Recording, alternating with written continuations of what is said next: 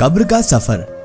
قبر کا سفر یہ کہانی ایک گناہگار شخص کی ہے جو قبر میں ہر گناہ اور گناہگار کا انجام دیکھتا ہے۔ اس دن اتوار کا دن تھا۔ میں کافی تھک چکا تھا۔ بچوں سے کھیل کود پھر شام میں پکنک پر گیا۔ سارا دن مصروفیت کی وجہ سے تھک کر چور ہو چکا تھا۔ بچے اور بیوی باہر لان میں ٹی وی دیکھنے بیٹھ گئے تھے۔ میں جلدی سے سونے چلا گیا۔ سوتے ہی مجھے اس دن عجیب سی نیند آ رہی تھی۔ جسم میں تھکاوٹ اور ہلنے کی جان بھی نہیں تھی۔ آنکھیں نہ بند تھی نہ کھل پا رہی تھی۔ دماغ پر عجیب سا وزن محسوس ہو رہا تھا۔ آنکھوں کے سامنے کالی دھند چھانے لگی تھی۔ کانوں میں عجیب سا شور ہو رہا تھا۔ پاؤں درد کرنے لگے تھے جیسے خون باہر نکلنے کی کوشش کر رہا ہو۔ اتنے میں آنکھوں کے سامنے مکمل اندھیرا چھا گیا، جیسے آہستہ میرے جسم سے جان نکل رہی ہو۔ میری آنکھیں بند تھی پھر بھی مجھے وہ نظارے دکھائی دینے لگے تھے۔ نہ چاہتے ہوئے بھی دماغ میں ماضی کے پچھلے کے کیے ہوئے گناہ یاد آ رہے تھے۔ جیسے کوئی بھکاری بچہ مجھ سے بھیک مانگنے آیا اور میں نے اسے دھکے مار کر ہٹا دیا۔ لڑکیوں کی مجبوریوں کا فائدہ اٹھا کر ان سے کیے گناہوں کی یاد۔ مجھے ایسے لگ رہا تھا جیسے میرے کیے سارے گناہ کسی مووی کی طرح میرے سامنے چل رہے تھے۔ میں جاگنے کی کوشش کر رہا تھا پر میرے جسم میں ذرا سا ہلنے کی طاقت بھی نہ بچی تھی، جیسے ایک کھوکھلی لاش کسی نہر میں تیر رہی ہو۔ میرے کانوں میں اذان کی آواز گونج رہی تھی اور اس دوران میرے ہنسنے اور بات چیت کی یاد۔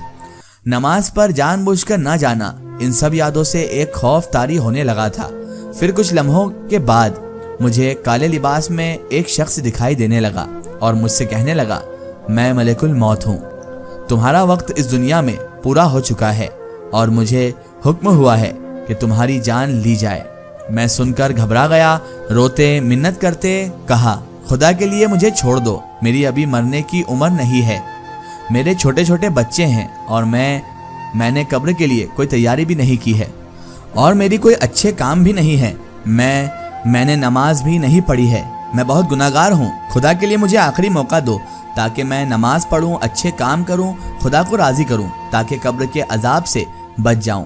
میری التجا ہے، سن لیجئے۔ میری التجائیں سن کر وہ مجھ سے افسوس کرنے لگا اور کہنے لگا، اے ابن آدم، کیا تمہیں معلوم نہیں تھا کہ موت کی کوئی عمر نہیں ہوتی؟ موت کسی بھی وقت آ سکتی ہے، تو تم نے یہ سب اچھے کام پہلے کیوں نہیں کیے؟ تم دنیا میں جس کام کے لیے آئے تھے وہ تم بھول گئے، اور جنہوں کے لیے تم نے دنیا میں یہ کام کیا تو وہ آج تیرے سب کہاں ہیں؟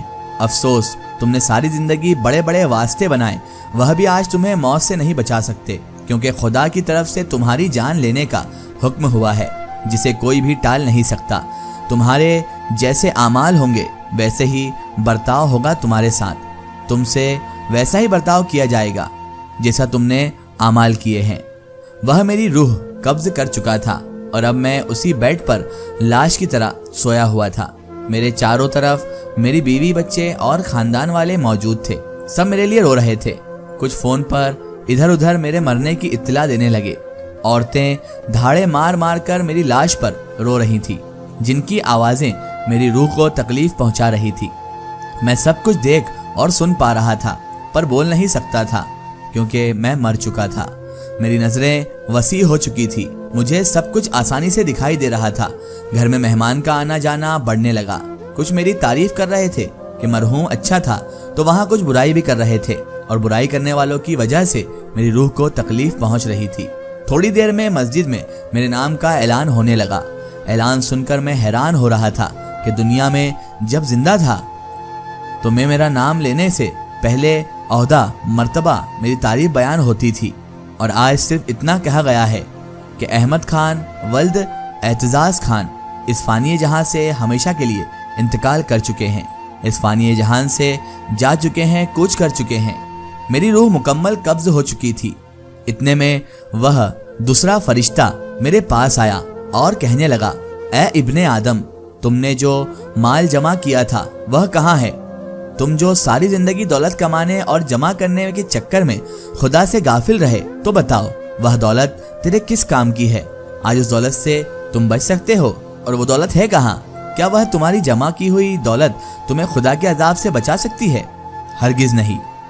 تمہیں جب معلوم تھا کہ قبر میں صرف اچھے اعمال کام آئیں گے تو پھر بھی تم خدا کی عبادت اور اس کے حکموں سے غافل کیوں رہے؟ کیوں دنیا کے چکر میں جان بوجھ کر بغیر کسی مجبوری کے نمازیں چھوڑی؟ اب تیار ہو جاؤ اپنے اچھے برے انجام کے لیے۔ اس کے کسی بھی سوال کا میرے پاس کوئی جواب نہیں تھا۔ میں لاجواب ہو چکا تھا کیونکہ وہ سب کچھ سچ بیان کر رہا تھا۔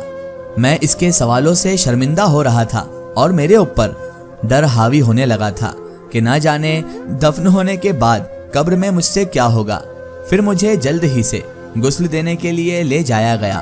غسل دینے والا جب میرے جسم کو چھو رہا تھا تو مجھے بڑی تکلیف ہو رہی تھی، کیونکہ اس کی زبان پر کوئی قرآنی آیات، درود پاک اور کلمہ وغیرہ نہیں تھا۔ میرے اوپر کھڑے سب اپنی باتوں میں مگن تھے۔ کوئی میری موت سے خوف نہیں کھا رہا تھا، بلکہ سب بالکل سادھارن سا بیہیویئر رکھ رہے تھے کہ انہیں بھی مرنا ہے، ایسا لگ ہی نہیں رہا تھا۔ کسی کی زبان پر کوئی نیک کلمہ نہیں تھا جس سے میری روح کو سکون پہنچتا۔ میری روح وہاں گناہگاروں اور گناہگاروں کی روحوں میں شمار تھی، جسے لوگوں کی دعائیں ہی سکون پہنچا سکتی تھی۔ تھوڑی ہی دیر میں مجھے غسل بھی دیا گیا، پھر مجھے چارپائی پر سلایا گیا۔ اب میرے چاروں طرف میرے گھر والے، بیوی بچے، بھائی بہنیں، رشتہ دار، دوست احباب سب میری لاش پر رو رہے تھے۔ سب کے سب لوگ وہاں پر کھڑے تھے۔ میرے دوست جنہوں نے مجھ سے وعدے کیے تھے کہ ہم ہر مشکل وقت میں تمہارے ساتھ رہیں گے، آج وہ بھی دور کھڑے اکیلے کونے میں رو کر خاموشی سے مجھے الوداع کر رہے تھے۔ پھر ایک شخص آ کر کہنے لگتا ہے، جنازہ اٹھانے کا وقت ہو چکا ہے، باہر سب انتظار میں ہیں۔ سنتے ہی میرے گھر والے پھر سے میری چارپائی کو چپک گئے اور زوروں سے رونے لگ گئے۔ میں ان کے رونے سے پریشان ہو رہا تھا۔ مجھے سمجھ نہیں آ رہا تھا کہ یہ اتنے زیادہ کیوں رو رہے ہیں۔ جب میں اس دنیا سے جا چکا ہوں اور ہر انسان کو جانا ہے تو آخر اتنا رونا کیوں؟ مجھے سمجھ نہیں آ رہا تھا یہ سب میرے لیے اتنا کیوں رو رہے ہیں۔ کیا میں نے ان کو کوئی دکھ دیا ہے؟ ان سب کو ہٹا کر میرے جنازے کو اٹھایا گیا۔ کسی کی کوئی بات نہ سنی گئی، نہ ہی کسی سے کوئی پوچھا گیا۔ ان سب کو ہٹا دیا گیا، جنازے کو اٹھا لیا گیا۔ میں پریشان ہو رہا تھا، یہ سب مل جل کر مجھے کہاں لے جا رہے ہیں؟ میں ایک چارپائی پر تھا اور میرے آس پاس بڑی تعداد میں لوگ تھے۔ میرا جنازہ اب سفر میں ہی تھا کہ اتنے میں تیسرا فرشتہ میرے پاس آیا اور کہنے لگا، اے ابن آدم، تم ایک لمبے سفر کی طرف رواں دوا ہو۔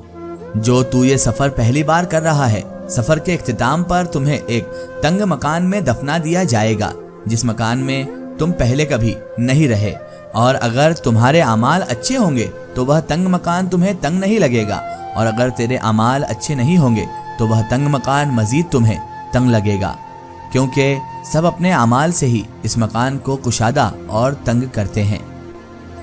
اس کا ایک سٹوری ہم دیکھیں گے اس کے اگلے پارٹ میں۔